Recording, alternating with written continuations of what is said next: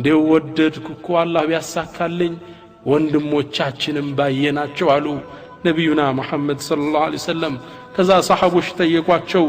አወለስና ኢኽዋኑከ ያ ረሱላላህ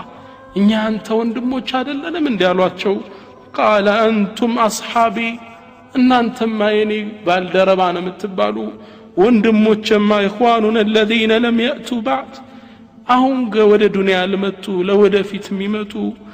ምእመናኖች የኔ ተከታይ ናቸው ወንድሞች ማለት فقالوا كيف تعرف من لم يأتي بعد አሁን ያልመጣን ለወደፊት يوم القيامة እንዴት ብለህ ነው የምታውቀው አሏቸው የአላህ መልእክተኛ فقال نبي ሲመልሱ ምን አሉ فإنهم يأتون غرا محجلين من الوضوء ግንባራቸውና እግሮቻቸው ያበሩ يوم القيامة እመቶቼ ወደኔ ይመጣሉ وانا فريطهم እኔ ቀድሚያቸው على الحوض حوض ላይ እመቶችን ቆሜ ተጠብቃቸዋለሁ አላህ ምነው እነሱን ባሳየን አሉ ያ አላህ መልእክተኛ እኔ እናንተ መናፈቃቸው ነው